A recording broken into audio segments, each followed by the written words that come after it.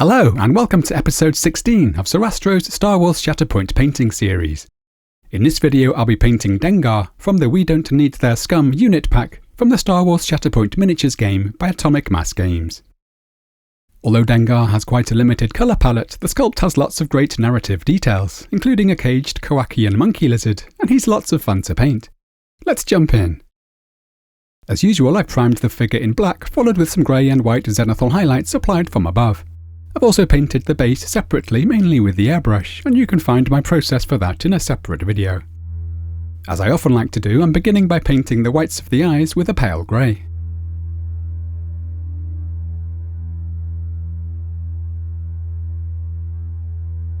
We can then use pure black to paint around the eyes, trimming them back as needed. And we can also attempt to dot in some pupils if you're feeling brave.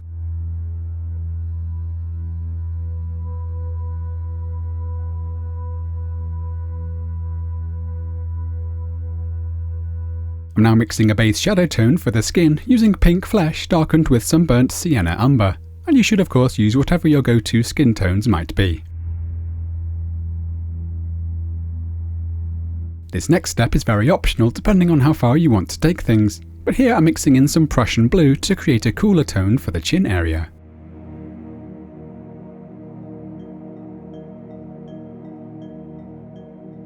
We can then begin adding some highlights, and I'm adding a mix of pink flesh and golden flesh to the base tone to build up the values. Naturally, we want to avoid the scarred recesses.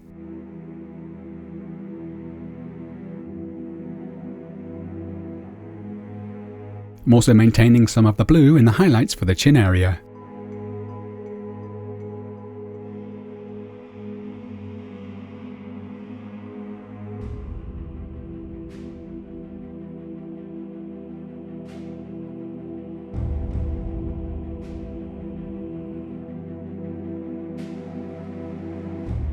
You can see I'm continuing to push up the values.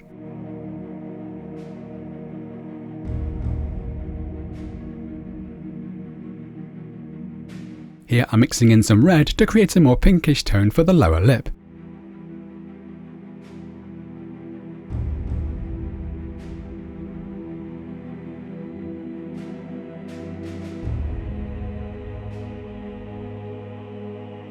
And I'm now adding some vanilla white to achieve my brighter highlights. You don't need to be as refined as this to achieve a good tabletop standard, I just happen to really love painting faces. Here I'm using some thinned reddish tones to gently boost the saturation around the nose and cheek area.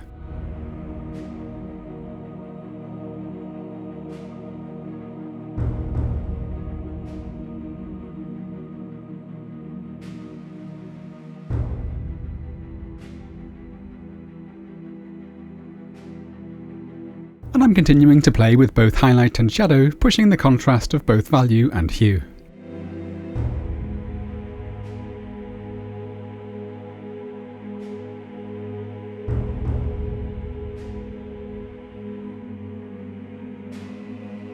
Here I'm mixing some burnt Sienna Umber and black to create a dark brown, which I'm using to draw on the right eyebrow.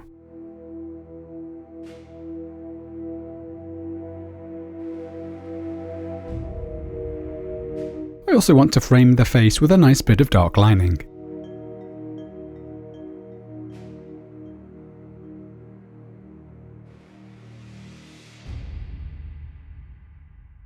Moving on to the outfit, I'm first painting the lighter parts where I'm using warm grey mixed with a little dark golden brown for the shadow tone, which I'm lightening with some bright warm grey to begin sketching in some initial areas of highlight.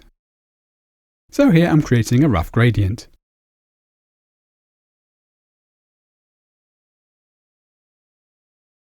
I'm starting with the darker end and painting the bits of exposed jumpsuit on the legs, along with the grey ties that wrap around the boots and the boots themselves.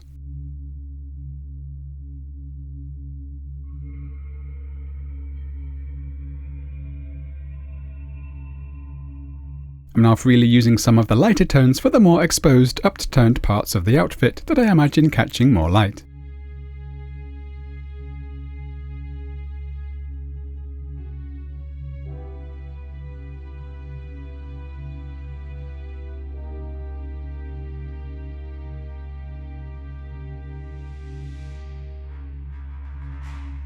You can see I'm going pretty close to pure bright warm grey for the brightest areas, such as the bandage on the head.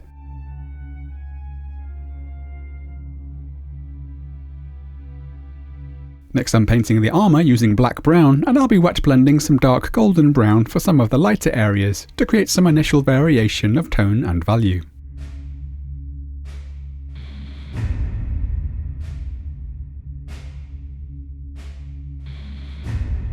Here I'm adding some of the dark golden brown.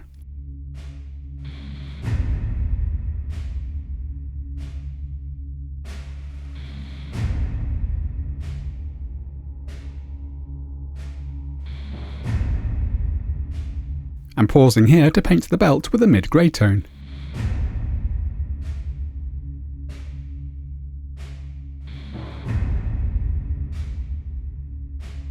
And I'm using dark neutral grey to pick out some of these partially exposed straps on the legs.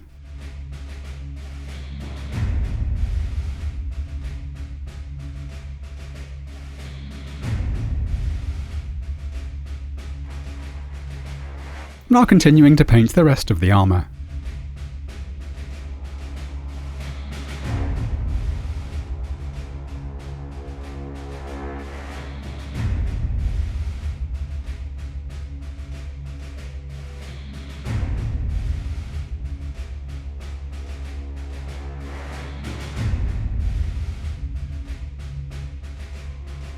For the two pouches, I'm mixing a dark brownish grey.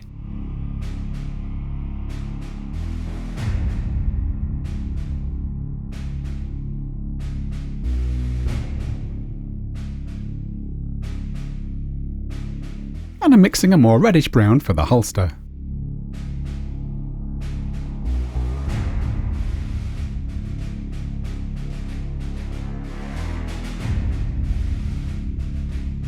Next I'm painting the weapons using black mixed with a little dark blue. I also chose to thin this with some glaze and wash to essentially create a heavy speed paint.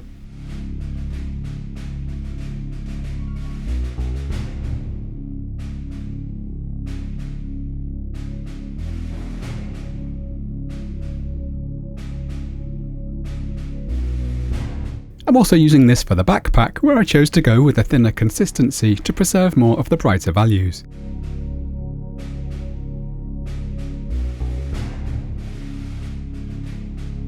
I then added a second layer for the flat areas of dark metal. I'm now using this to provide some initial tones for the crate, where I also chose to blend in a little black brown.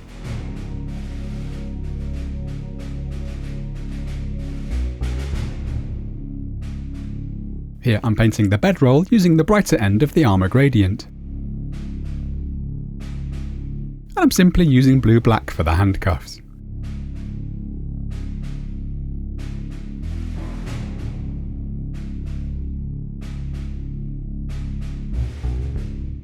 Next I chose to paint the crate, where I felt like introducing a splash of colour with some turquoise.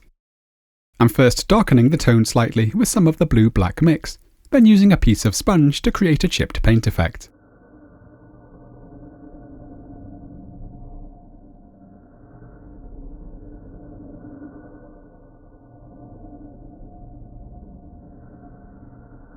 We can also use the brush for parts that are tricky to reach with the sponge. I'm now lightening the tone with some bright ivory and adding some initial highlights.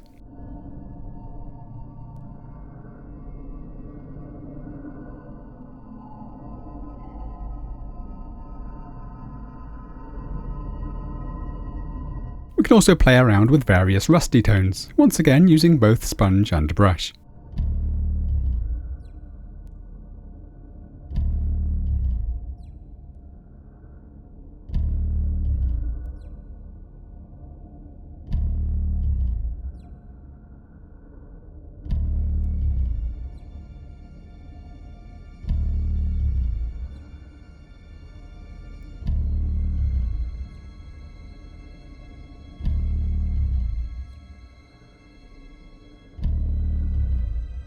I'm not overthinking things here, just having a bit of fun with the colours and textures.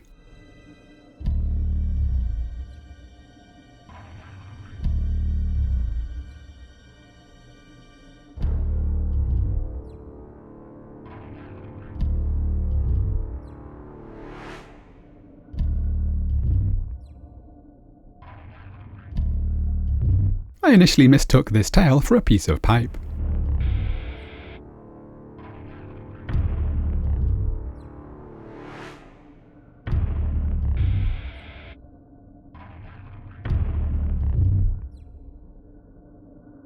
We can also add a bit of dark lining.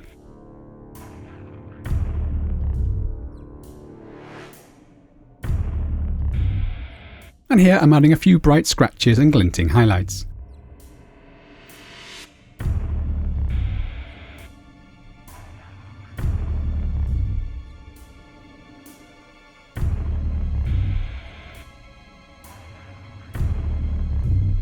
I'm now painting the monkey lizard, where I'm once again starting with the eyes.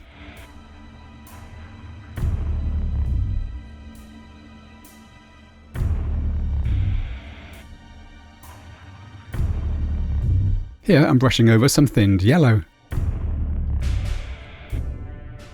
And as with Dengar, I'm using black to trim the eyes back and provide some pupils. I'm now painting the hand using a mix of dark golden brown and yellow ochre.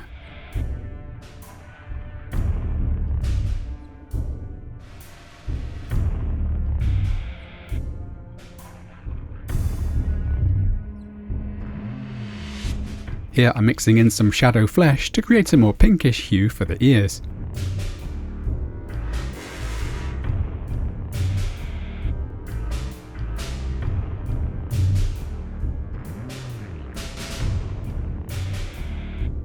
And I'm now painting the rest of the skin.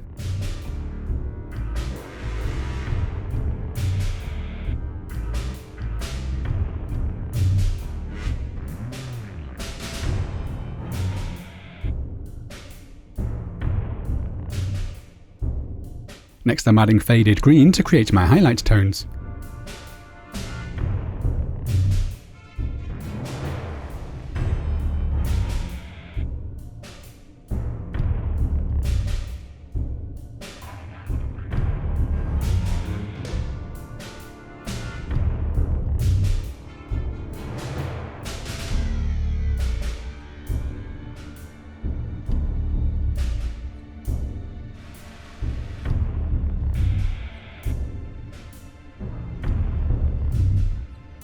We can then darken the beak, and I ended up going to pure black.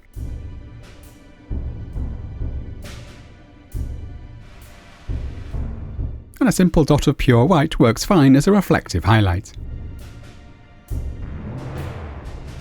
Next I chose to glaze some yellow-green over the face area to boost the vibrancy.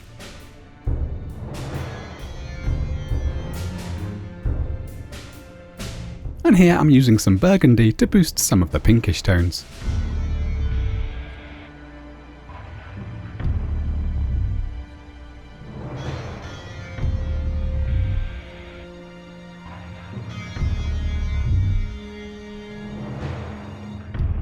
I'm now painting the claws black, followed with some grey highlights.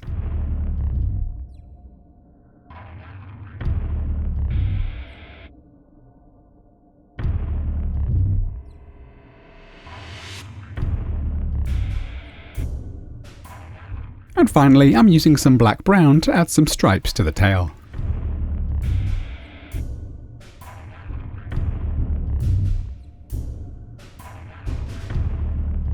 Returning to Dengar himself, I'm first doing some black lining for some of the main lines on the outfit.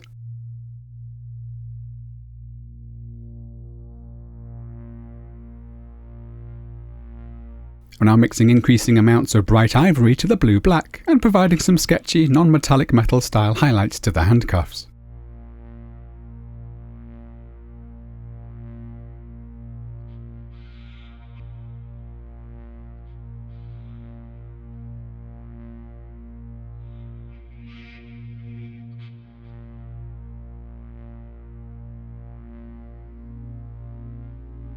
We can freely brush on some rusty tones to create visual interest. And I also chose to introduce some turquoise to add some additional tonal contrast.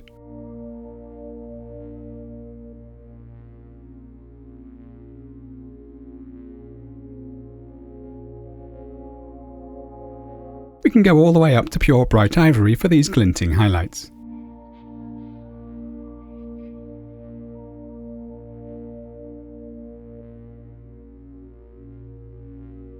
I'm now returning to the warm grayscale we made for the jumpsuit and adding some more refined highlights to the various light sections of the outfit.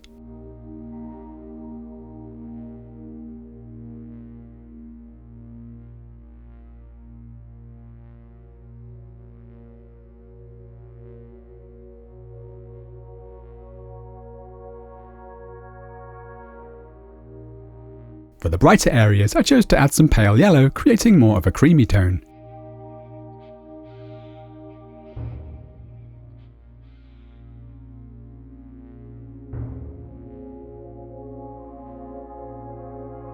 We can also generate a bit of texture as we go.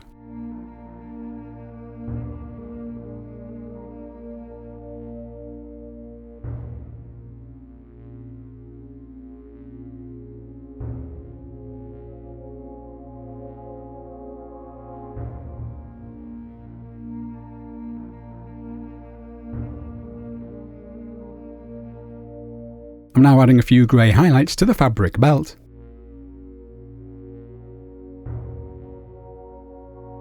And here I'm using a light beige tone to pick out the straps on the bedroll.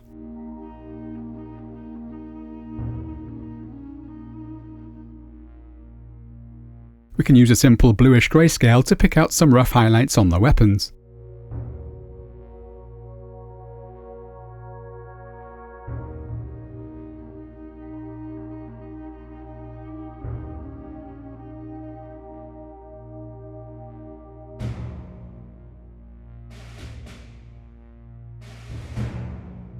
And I also chose to apply some thinned black brown selectively to create a bit more colour interest along with a somewhat weathered look.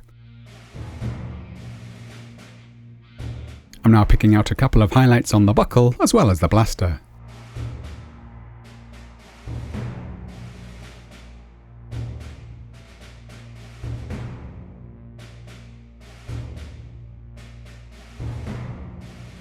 Here on the backpack, I'm using a couple of different brownish tones for the straps.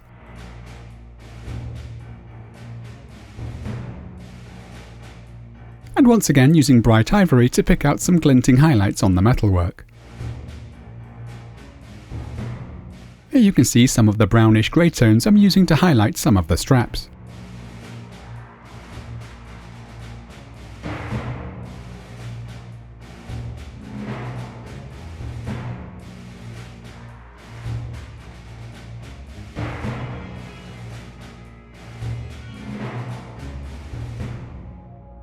I'm once again applying some thinned black brown to the metal casing.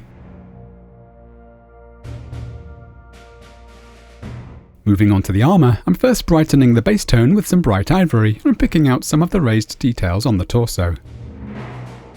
It's up to you how far you take the rest of the armour, as it's not especially shiny and already looks pretty good. Naturally, I couldn't resist seeing how far I could push things however, so here I'm building up the values, mainly with lots of stippling. I also chose to add a hint of turquoise to create a cooler tint to contrast against the warm tone of the armour. If some of these highlights appear a little rough and unblended, we can of course go in with some intermediate tones afterwards.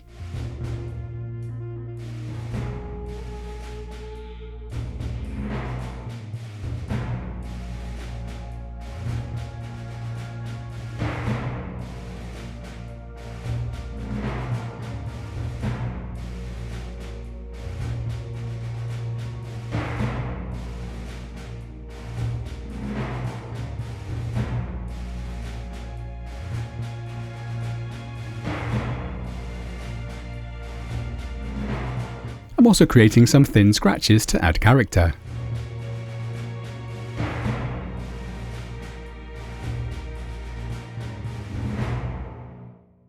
Next I'm using a mix of burnt orange and orange somewhat thinly to add some rusty orange tones to select parts of the armour.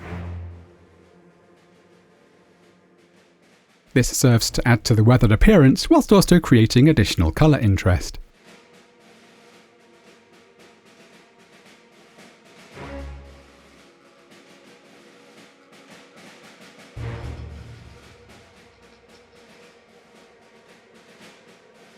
I'm now just picking out the small metal studs on the hood. And I'm applying some scratchy highlights to the holster.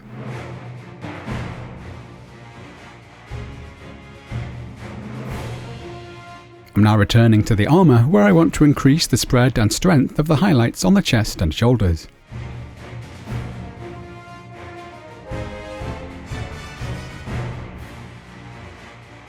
I chose to play around with a little glazing to bring things together, and I also experimented with varying the levels of turquoise in the mix.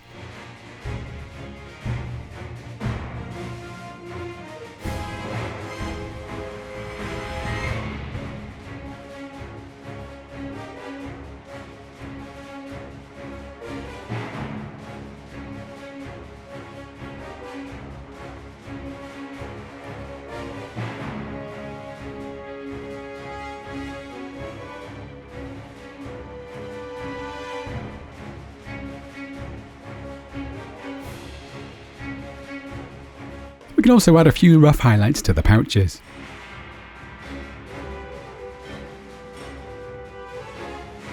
I'm now gluing Dengar to his base, and I chose to add a few small pieces of rubble.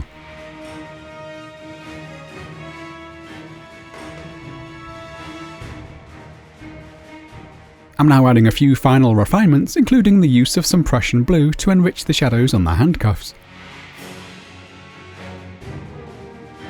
And here I'm providing a few final glinting highlights.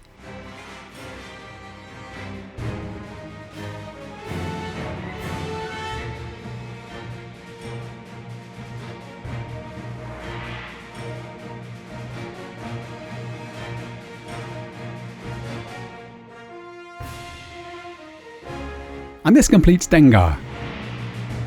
Thank you so much for joining me. I do hope you have enjoyed the episode and found some of the ideas useful. As usual, you can find full paint and product lists in the video description, along with links to all of the places I can be found online. My deepest thanks go to my kind patrons for funding this work. If you'd like to support what I do, feel free to hit the Patreon link to help me keep going.